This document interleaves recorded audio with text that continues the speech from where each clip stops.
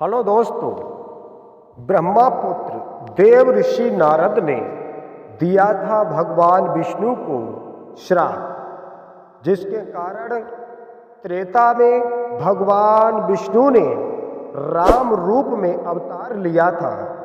जय श्री राम मित्रों, गुरु ज्ञान लीला चैनल में आप सभी का हार्दिक स्वागत है।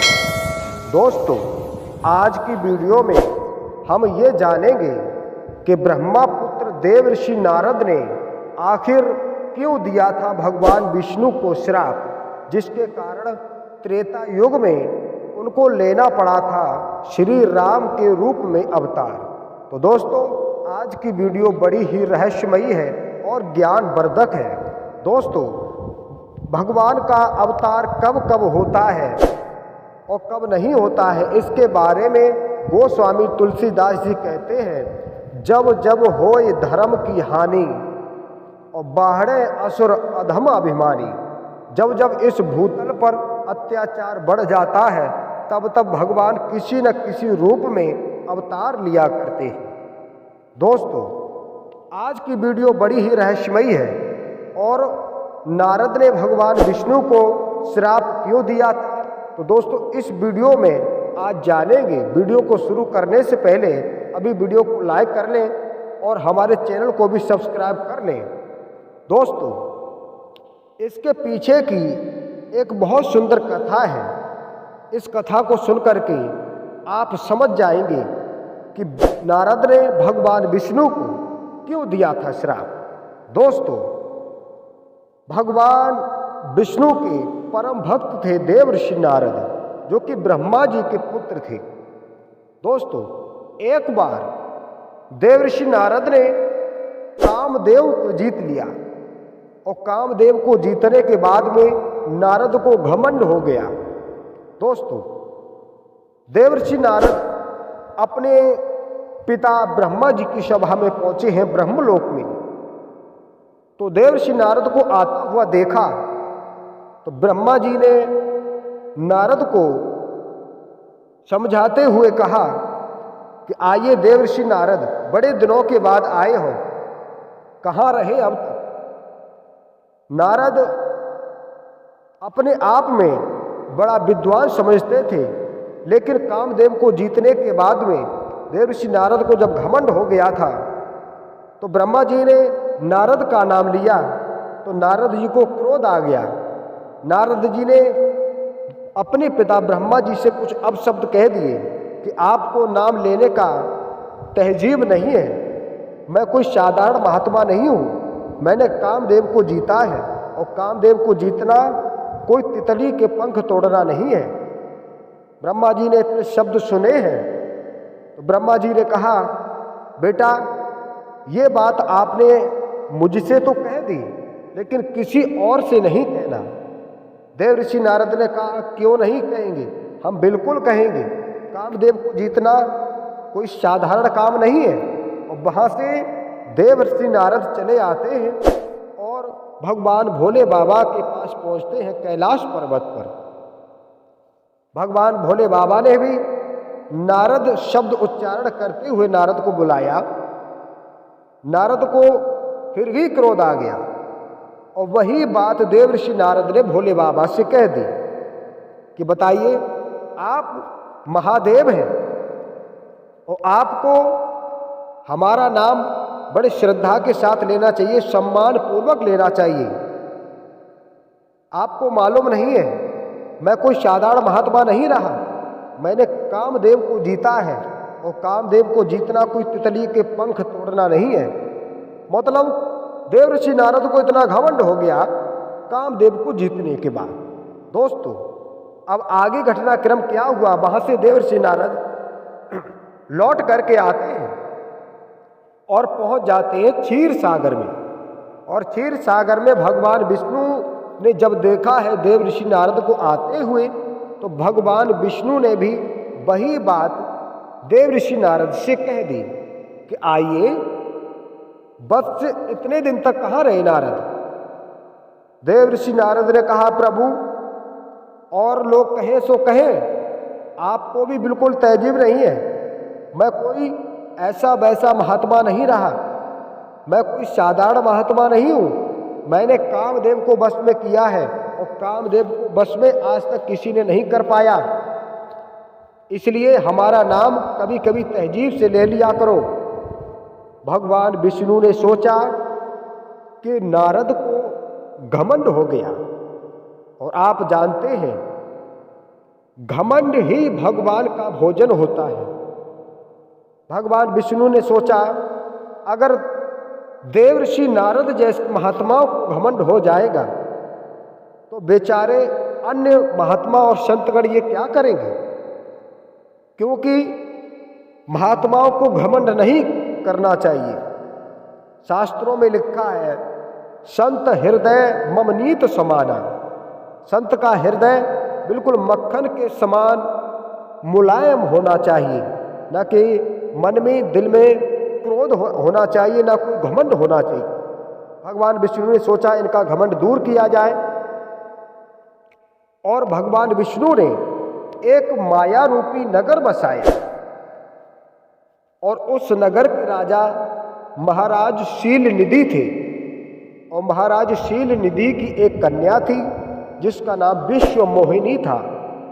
दोस्तों, देवर्षि नारद वहां से लौट करके जब चले हैं तो उसी नगर में पहुंचे जहां के राजा महाराज शीलनिधि थे, और उस समय महाराज शीलनिधि की कन्या का स्वयंवर था।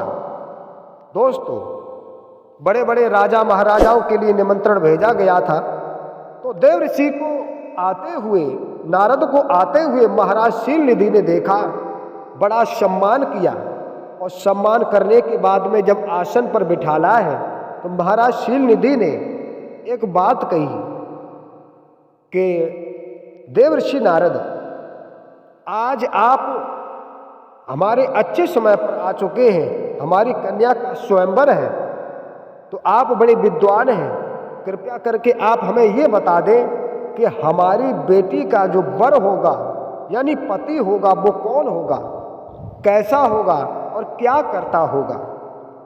देवर्षि नारद ने कहा, देखिए मैं कोई साधारण महात्मा नहीं हूँ, अगर आपने हमारा सम्मान किया है, आपने ही केवल हमारा सम्मान किया है, और जितने भी देवगण हैं अब हमारा कोई सम्मान नहीं करता, हमारा नाम भी तहजीब से नहीं लेता है। कहाँ है आपकी कन्या, आप कन्या को बुलाइए।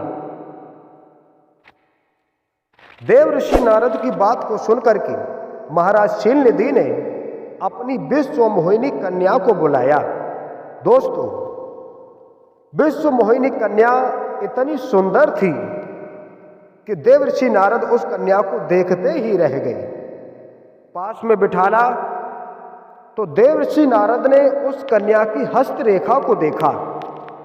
दोस्तों, देवर्षि नारद ने हस्तरेखा जिस समय देखी है तो वो हस्तरेखा ये कह रही थी कि जो व्यक्ति इस कन्या के साथ में विवाह करेगा वो अमर हो जाएगा। दोस्तों, देवर्षि नारद के मन में झटका लगा, मन में सोचने लगे, आज तक मैंने हर कार्य संभव कर लिया, लेकिन अब मैं अमर होना चाहता हूँ, अब मैं भी विवाह करूँगा, और विवाह करूँगा तो इसी कन्या के साथ करूँगा। दोस्तों, देवर्षि नारद से महाराज शीलनिधि ने पूछा कि महाराज आप हमें ये बताइए कि हमारी बेटी का पति कौन होगा, कैसा होगा।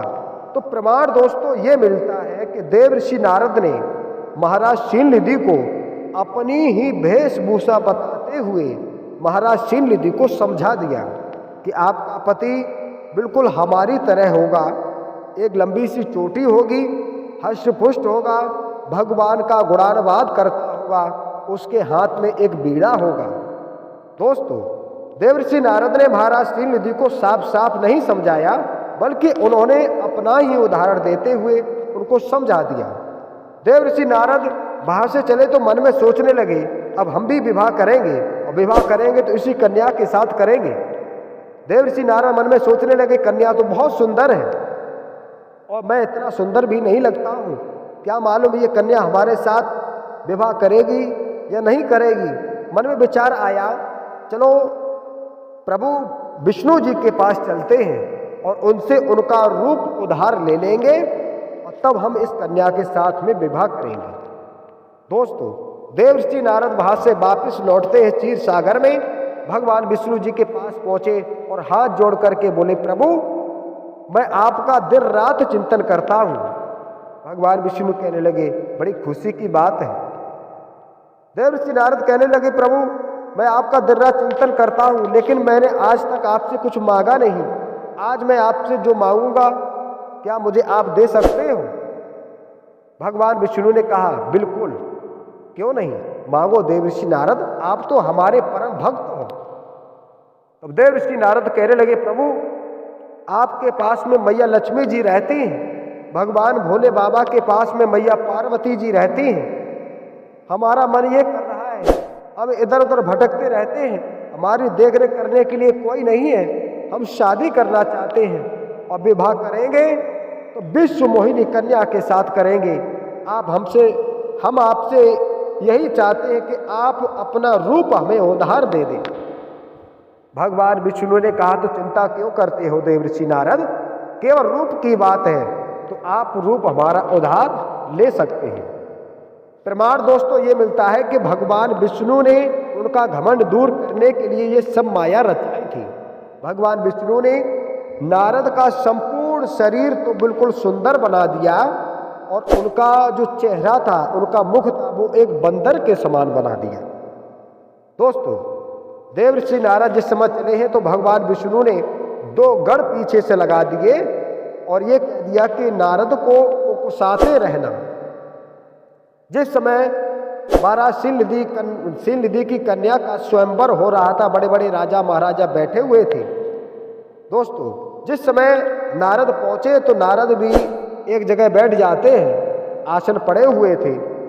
और जिस समय विश्व मोहिनी कन्या हाथ में वरमाला लेकर के निकली तो माला राजाओं को देखती गई, लेकिन किसी के ऊपर कन्या ने वरमाला नहीं डाली, किसी राजा के ऊपर, किसी देवता के ऊपर। दोस्तों, देवर्षि नारद के पास से जब निकली तो देवर्षि नारद ने अपनी गर्दन लचाई, लेकिन विश्व मोहिनी कन्या ने उस माला को देवर्षि नारद के गले में नहीं डाला। और अंत में जाकर के भगवान विष्णु स्वयं दूसरा रूप धारण करके आए थे। उस कन्या ने जाकर के भगवान विष्णु के गले में उस माला को डाल दिया और जैसे ही माला डाली है तो नारद को क्रोध आ गया। नारद ने यह कहा कि भगवान विष्णु ने जब उस शीलनिधि की कन्या जो विश्व मोहिनी थी उसके साथ में जब विवाह हो गया, वरमाला पड़ गई, तो देवर्षि नारद को क्रोध आया। देवर्षि नारद ने महाराज शीलनिधि से कहा कि महाराज, आपकी कन्या ने सोच समझ करके माला नहीं डाली है, हमारे जैसा सुंदर यहाँ पर कोई नहीं है। इस कन्या से कहो कि अपनी माला उतार करके हमारे गले में डाले। लेकिन बड़े बड़े राजा देवगढ़ बैठे हुए थे, वो हंसने लगे, कहने लगे, एक बंदर का चेहरा लिए फिर रहे हो और इतनी सुंदर कन्या आपके साथ विवाह कैसे करेगी? तो दोस्तों, देवर्षि नारद ने जिस समय एक स्वच्छ जल में झांक करके देखा तो उनका चेहरा बंदर के समान था।